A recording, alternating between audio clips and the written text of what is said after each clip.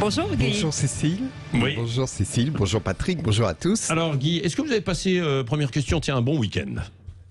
Eh bien, oui Patrick, hier c'était les journées du patrimoine. Alors je rappelle que ces journées ont été initiées par Jack Lang, qui, quoi qu'on pense de l'homme, reste le dernier grand ministre de la culture. D'ailleurs, à ce propos, je tiens à dire combien je regrette que monsieur Macron ait supprimé le ministère de la Culture. Non mais attendez, Guy, je vous interromps parce que le ministère de la Culture n'a pas été supprimé, il existe toujours et c'est madame Roselyne Bachelot qui occupe le poste et la fonction. Oui, d'accord, bah, c'est bien ce que je vous disais, ils ont supprimé le ministère de la Culture, à la place il y a Roselyne Bachelot. Mais enfin, pas sans moi pour ironiser sur cette dernière, c'est trop facile, je laisse ça à d'autres. Je préfère être positif et donc rendre hommage à Jack Lang qui a créé cette journée du patrimoine. Cette année, j'avais très envie de visiter le Grand Palais. Chaque fois que je le vois, je suis émerveillé, il a complètement été refait, sa façade est magnifique, mais malheureusement, on ne peut plus le visiter en raison de son grand âge et de ses fondations fragilisées par la fréquentation excessive du passé, ne supporterait plus, vous voyez, les visites de groupe.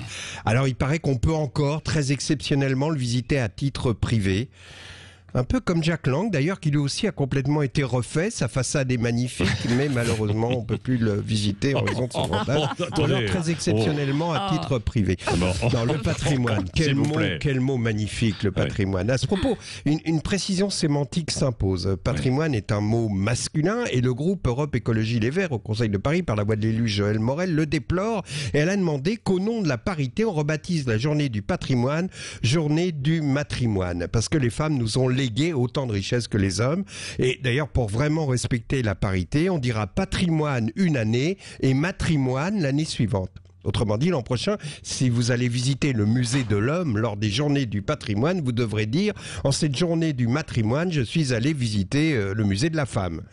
Mais attendez, le patrimoine ne peut pas être masculin.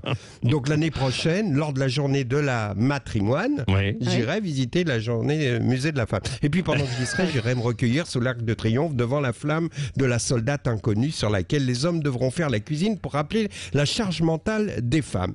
Quoi qu'il en soit, pourquoi une seule journée du patrimoine et pas une année? Alors que l'année 2021 est officiellement l'année internationale des fruits et légumes. Oui, c'est l'Assemblée générale de l'ONU qui fixe un thème chaque année. Elle nous annonce, et là je vous jure que c'est vrai, que 2024 sera l'année internationale des camélidés. C'est-à-dire, vous imaginez une année entière à rendre hommage aux chameaux, alors qu'il n'y a qu'une journée de la femme. C'est choquant, non? Mais vous voyez, le problème avec des gens comme Madame Morel, c'est que je suis sûr que ce qu'elle trouve de plus choquant dans cette histoire, c'est qu'il n'y ait pas une année de la chamelle.